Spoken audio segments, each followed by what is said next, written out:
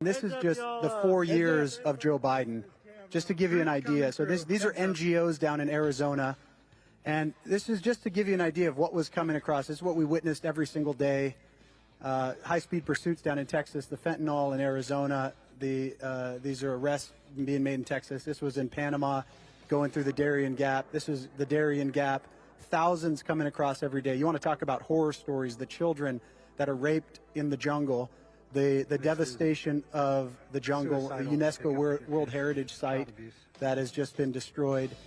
And then these are the people that are coming in, that are throwing rocks at our drones, that are attacking us. This is cartel members in Arizona on the U.S. side of the border. It's my buddy Tim Foley. That's Art Del Cueto. A lot of you guys know him, an amazing patriot, Border Patrol, former Border Patrol. And these are the stories that the mainstream media doesn't talk about. The actual children that are left out there that are raped. The motto is, if you're pretty, you're raped. If you're a female, you're raped. If you're pretty, you're raped multiple times. And it's just understood.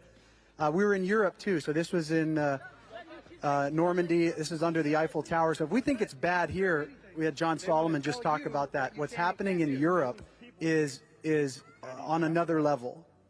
This was a girl that had just been raped. This was a gunfight that we were in Panama, where the guy that was in the process of raping another girl was shot and killed by these warriors, Center Front warriors. And this is what it looked like every single day. Let's stop it there. So that is an idea of what we had for 4 years under Joe Biden. It was nonstop. It was not an accident. They called it. I was actually down in Panama the day after Secretary Mayorkas went down there on the edge of the Darien Gap and announced the controlled flow effort. I was down there with Michael Yon. Some of you guys know him. And we went 4 trips, actually, once from Colombia through the Darien Gap, and then 3 times we tried to go in reverse. Once we got in that gunfight, we had to be air vac out. And one other time we got flooded out. And finally, the fourth time we were able to get through.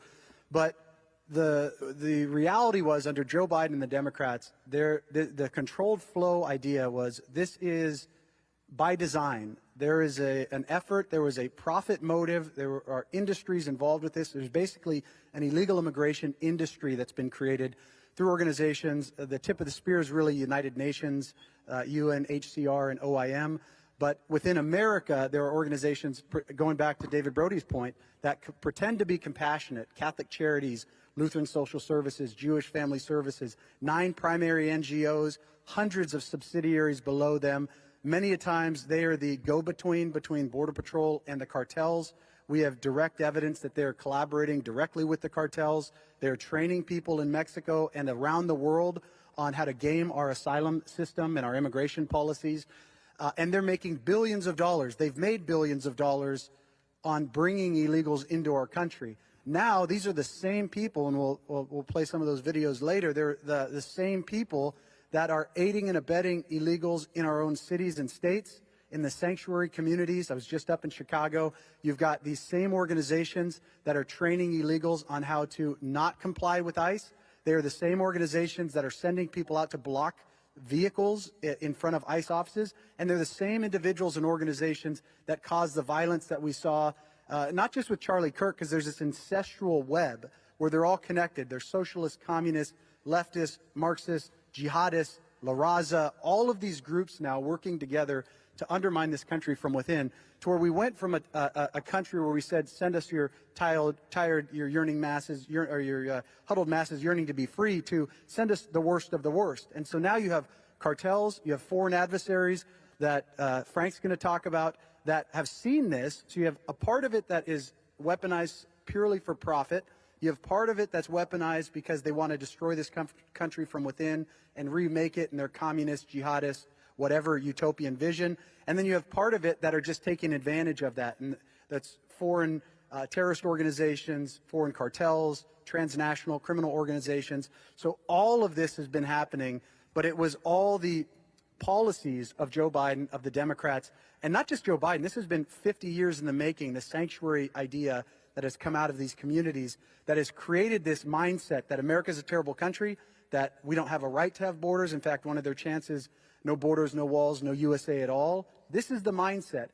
And now they're in positions of power. They are on school boards. Actually, one of the worst of the worst, Emma Lozano, she's the so-called pastor at Lincoln United Methodist Church in Chicago, who is now on the school board in Chicago, tied directly to Mayor Johnson and all of these. So they're all working together to undermine this country. And it was only, the worst part about it, Phil, is that we had the previous administration saying, oh, there's nothing we can do about it. We're doing our best. And overnight, you saw the difference between a policy of America last and a policy of America first. And when President Trump came in and unleashed Tom Homan on the problem and brought in Kristi Noem, and now we've got Rodney Scott, and you have Border Patrol being able to do their jobs, and you have ICE being able to do their jobs as long as they're not obstructed by traitorous Democrats, the problem was fixed. And literally within days, if not hours, of President Trump taking over. So that's really part of my, if you watch Law and Order, the first 4 seasons have been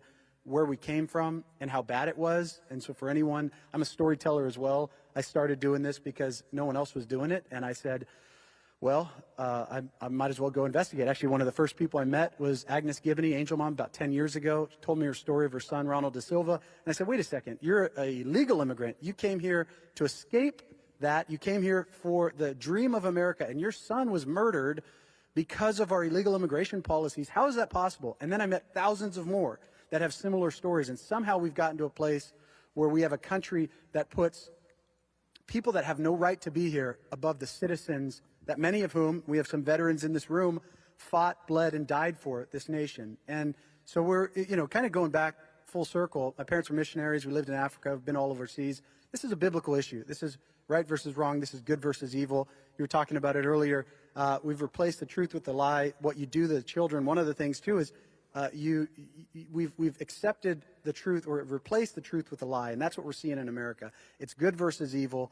That's what we're living through right now. And if we don't get our arms around it and realize where we're at now, where we're heading, and the forks in the road, we've got a couple options. If we don't get this right in the next 6 months to a year before the midterms, we're going to be right back in the same problem that we were. You can already see them lining up to go after President Trump, another coup against President Trump. They're going to do everything they possibly can. But I want to encourage you guys, the reason that they're all out right now, the reason that they're attacking ICE is because they realize their time is limited. Their days are numbered if we are able to do our job and defeat them.